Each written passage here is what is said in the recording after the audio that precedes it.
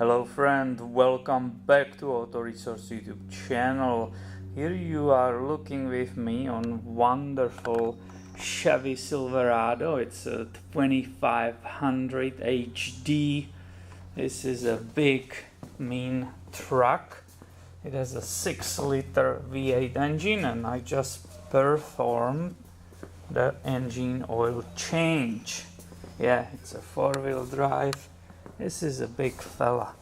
So let's go really quickly in this video to see together, right, 2500, how you reset that engine oil life warning system. This key is a little bit finicky. I had a hard time with it previously. I don't know why. Oh yeah. So you see there will be message, right, if you start it. It's on the left, right? Change engine oil, right there. You see it on the left. You want to get rid of it, right? It was just done. I put a sticker here, but we want to get rid of that light. So this is what you do.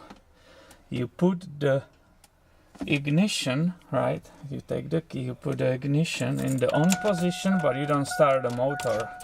Again, as the key is probably worn or something. Sorry for that. Shoot.